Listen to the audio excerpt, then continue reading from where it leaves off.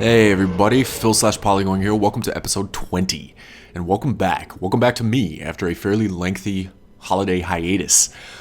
Just quickly on that point, I am so sorry for the lengthy delay. I had no intention of completely and utterly falling off the grid for the freaking month of December. I even put out that little blurb that said, it's not like I'm just gonna disappear until January. That's exactly what I did. Here we are, a couple days deep in January, and I'm just getting back to it. So I do apologize. I'll talk to that a little bit down the way and just continue to apologize profusely for neglecting to put out videos. But we're returning to Dark Souls. I thought that was kind of appropriate for a little bit of a relaunch since Dark Souls is the content that got us here. There is some other stuff coming down the pike, I promise you. But for now, I'm bombing around in Anor Londo with a little invasion build I put together circa 45, 46. I'll give you a look at the build down the way. But I've been obsessed lately with taking on multiple opponents. So I've been hanging out here, I've been hanging out in the forest with some clips I'll feature in a future episode. Just trying to round out a little bit, get some experience taking on multiple people. Oh, don't do it, don't do it. I'll get him next time. So all the clips here, Anor Londo, 2v1, 3v1, good times. Here we go.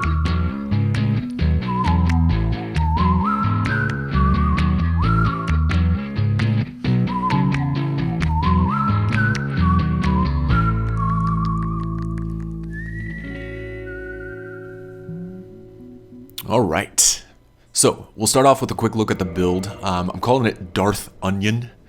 He's got a pretty dapper little black cloak there, that gold hemmed set, and his onion head, of course. Level 46, bare minimum stats to use my Bastard Sword and Rapier, which I elementaled out. The Bastard Sword is actually +5, so that one's maxed out. And I find that one to be a little bit overpowered when I run into lone hosts here in Anor Londo. I feel kind of guilty using it because it's knocking the crap out of some people. So I'm also carrying around a +7 fire rapier, which I'm using to put up approximately 82 points of damage on the average. So I use that most of the time when I run into lone hosts here, just to try and, I don't know, keep it fair. I don't really want to one-shot people. I don't want to two-shot people and stuff like that. And then when I run into multiple party situations like that, then I pull out the big guns. So that's kind of my distribution of weapons. That's kind of how I'm playing it in terms of what I'm using when. But outside of that, pretty stock build. Or pretty stock for an elemental weapon build, at least. Where you have the bare minimum to wield the weapons and the rest goes into strength and vitality. What am I doing in Anor Londo? So I have found that Anor Londo is kind of the new hotbed for... That was cool. Nice little plunging attack. Didn't hurt very much, but that was neat to see. I found Anor Londo to be kind of the new hotbed for finding, not gank situations, because most of the time these guys are just trying to PvE.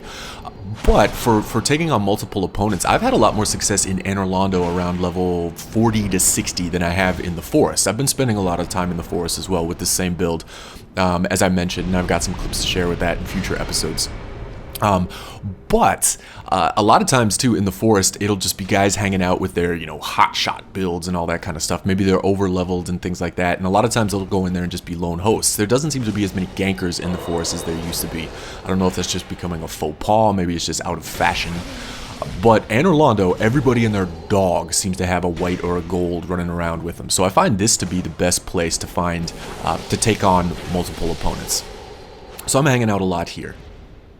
And I do kind of dig invading in Anor Londo. As much as I hate playing through it, I still hate it to this... Ooh, lucky me for no backstab there. As much as I hate playing through it, it is a fun place to invade because there's a lot of interesting scenery that you can use to your advantage. There's a lot of cat and mouse stuff that happens. You get the opportunity a lot for the 2v1s or 3v1 situations, and every now and again you'll come across somebody in Dark Anor Londo too.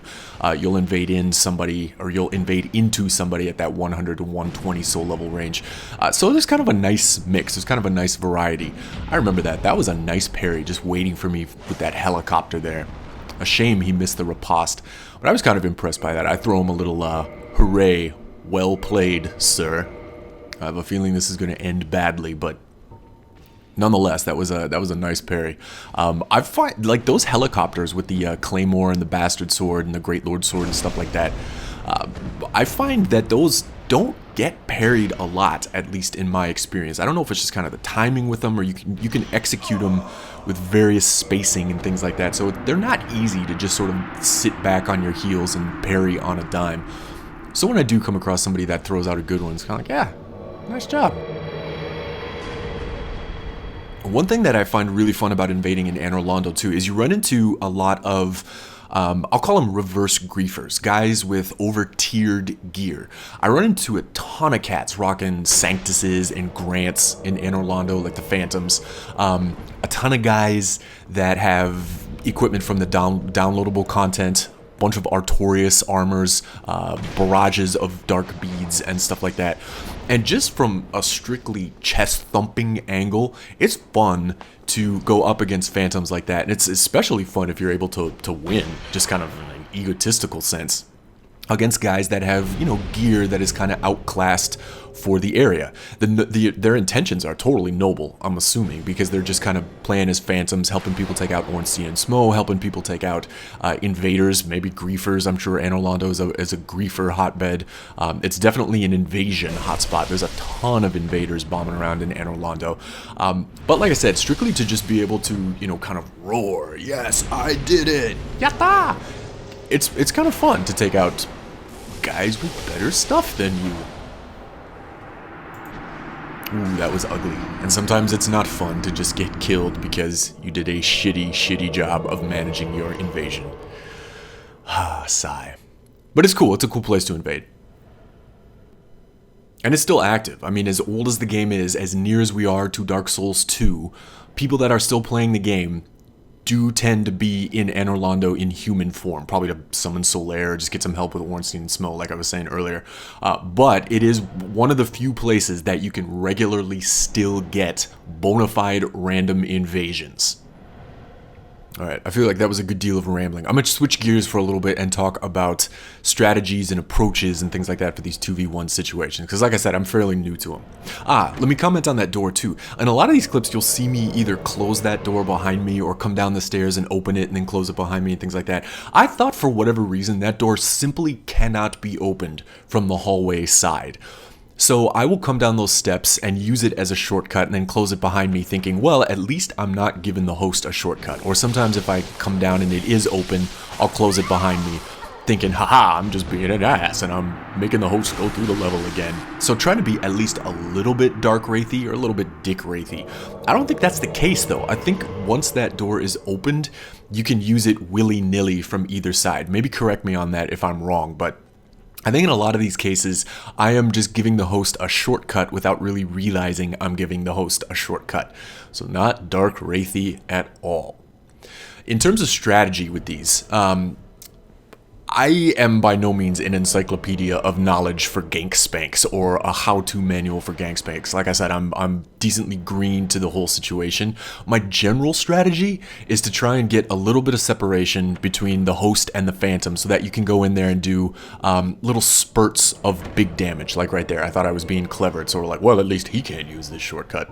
And try and do, and then try and do big spurts of damage against them. So like when you can isolate one of them, you can go in there and maybe give them a 1-2 combination with my bastard sword, or maybe knock them into a stagger BS situation or something like that. Just trying to get a little bit of space and managing them a little bit more 1-and-1 versus 2v1. Where I have problems are guys like these guys are, I don't know if they're coordinated, but those two phantoms are doing a bang-up job of like staggering their ranged attacks, keeping the pressure on me, keeping me off the host, and then the host is just kind of in there knocking me around with this giant's halberd. So I mean, these guys did a good job. They kept the pressure on. I just couldn't really do much of anything. Caught me with the lag stab there.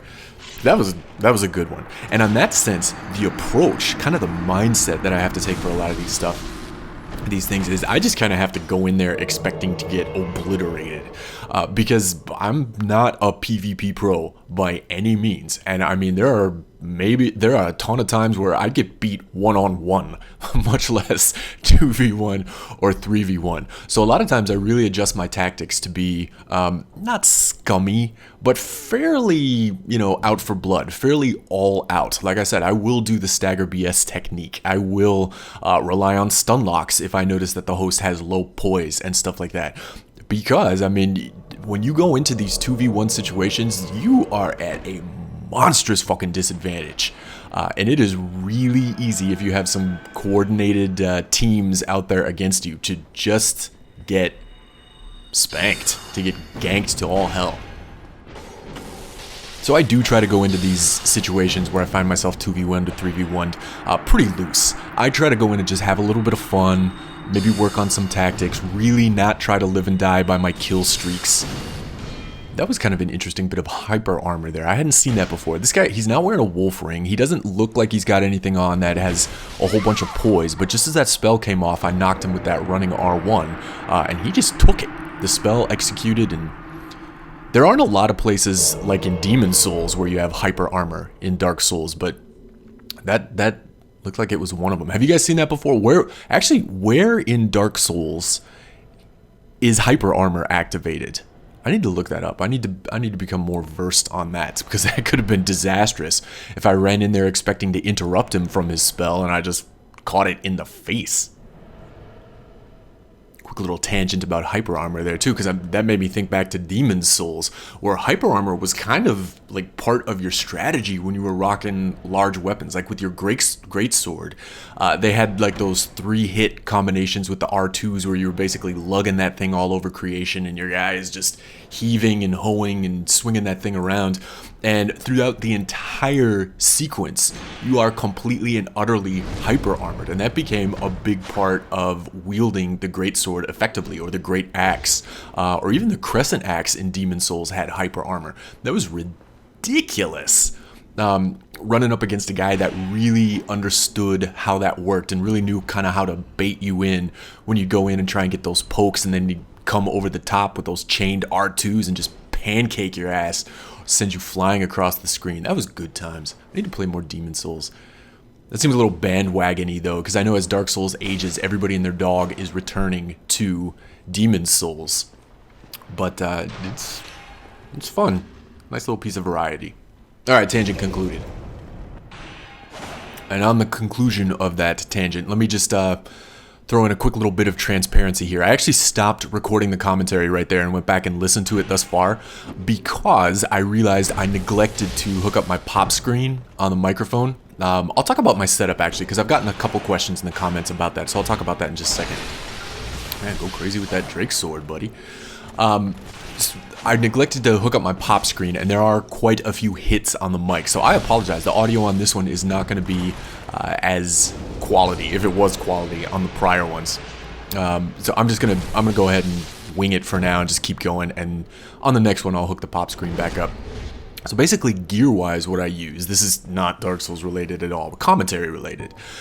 So I'm actually recording on a Yeti, on a blue Yeti, that I do hook up, like I said, a pop screen to because my plosives tend to be a little hot. I talk very emphatically, and so a lot of times I'm just blowing a shit ton of air on the microphone. So I use a Yeti for most things, and then just kind of talk into it, record it live, and all that kind of thing. And then I've also got a setup where I use an SM58, a Shure SM58, with a hardware compressor and a hardware noise gate. I actually use that one when I'm doing live stuff. I don't do a ton of live stuff, but that's actually, that setup works pretty well for filtering out button presses. A lot of times when you hear guys, like when they stream or when they're doing live plays or live commentaries or things like that, a lot of times you can hear the buttons click, click, click, click, clicking, especially when things get heated, when things get furious. And so that setup kind of filters out a lot of that. So that there's a little technical segue right there in terms of my setup. For the most part, I use that Yeti with the pop screen. And again, I apologize. I shouldn't be talking about gear on a commentary track where the audio is not of the highest quality. That seems a little ill-conceived, but sorry. That's what I use. Regarding invasions in general, I mentioned this on my last video. I've been doing more and more of them lately. I feel like I finally cracked the code and realized that, hey, invasions are fun, while the rest of the community probably looks skyward and says, really? You're just now figuring that out with 2 months left in the game's life, probably 2 months left in the game's life before Dark Souls 2 comes out. Yeah, invasions are fun. I'm putting together a lot of invasion builds, just to kind of experimenting a little bit, trying some different combinations.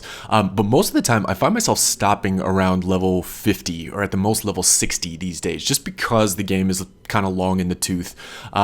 I find it really, really difficult to invade at anything over maybe 80. 85, and even that is like in the kiln, or you can invade in sort of the designated PvP hotspots, like in the township or the burg or stuff like that. In terms of random invasions, I really don't seem to get anything outside anything over 60. And 50 to 60 or 40 to 60 really provides a lot of success for me, in my experience at least, especially in Sen's Fortress, like around 40, in Anor Londo around 50, and then 60, I get a lot of success in the Duke's Archives as well. I find a lot of invasions, or the opportunity for random invasions in the Duke's Archives around level 60.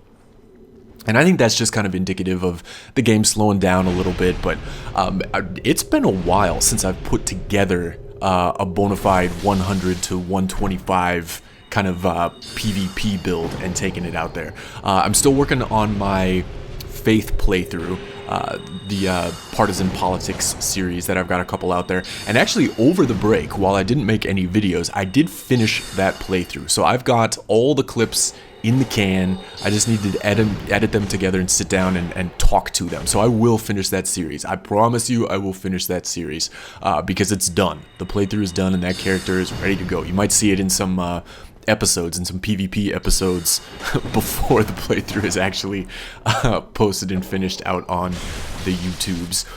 But yeah, regarding invasions, I don't know, like 40 to 60 seems to be it for going out there and just getting random stuff.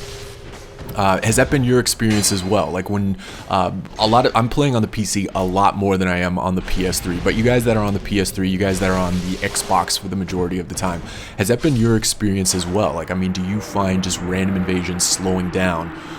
Because I watch a lot of videos from uploaders, you know, kind of in the heyday of the game, and they're getting random invasions at level 110, 120, stuff like that, and that seems so foreign, because I came to the game late, and it wasn't really even the case then. I've got some early videos where I'm trying to Dark Moon and just having a dick of a time finding anything.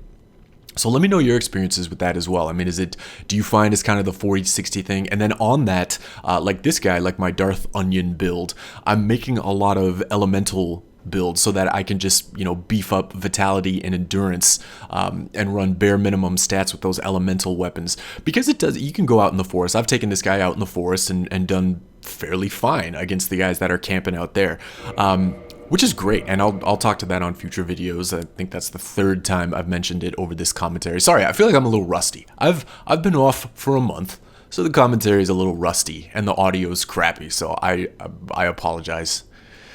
I'm apologizing for a lot this one, but yeah. So let me know your experiences on that. If you're finding that range, or where do you invade otherwise? You know, you can get stuff in the kiln a lot of times, like around 80 to 90, maybe 70 to 90 and stuff like that. But for the most part, 40 to 60 in Sen's Fortress, Anor Londo, and the Duke's Archives. And every now and again, I'll find somebody in New Londo. Every now and again, I'll find somebody in the depths or something like that. But yeah, I don't know. I think there's going to be a lot of Anor Londo and Duke's Archives clips to come, especially in the invasion milieu. So on that note, I'm going to cap it. This is my last invasion clip. If I remember correctly, I get killed on this one. Spoiler alert. And I might get point downed at too. You know, I guess it comes with the territory. I put out that gesture video not too long ago where I was talking about that. I don't know if it's ever appropriate to give somebody a condescending gesture when you beat them in a 2v1, but, you know, whatever floats your boat, kids. So anyways, hope everybody had a great December. Hope everybody had a great holiday season. Hopefully Santa was generous. We got all the bounty that we needed. Because that's what the holidays are all about, right? Getting presents. I do apologize again for the lengthy delay, man. I had a parade of visitors and house guests for pretty much the entire month. So for any of the times where my house was not just brimming with people, overflowing with people, I felt like being antisocial as fuck. That is not an excuse, but that's kind of where I was and what I was doing and where my head was. It's just like, oh my God, let me get back to making commentary videos. But Whatever. Hope everything was grand. But yeah, I'm looking forward to getting back into it, blowing the dust off this stuff and hitting my stride. Looking forward to 2014. It's going to be an interesting year of all kinds of sweetness. So, hit me up with commentary, likes, dislikes, subs, all that kind of fun stuff. And I will catch you guys very soon. Getting back on the horse. Oh, I think it's a well, what is it? Not a point down. Yep, well, what is it? Well, what is it really? Anyways, we'll see you guys next time. Thanks as always. See you soon.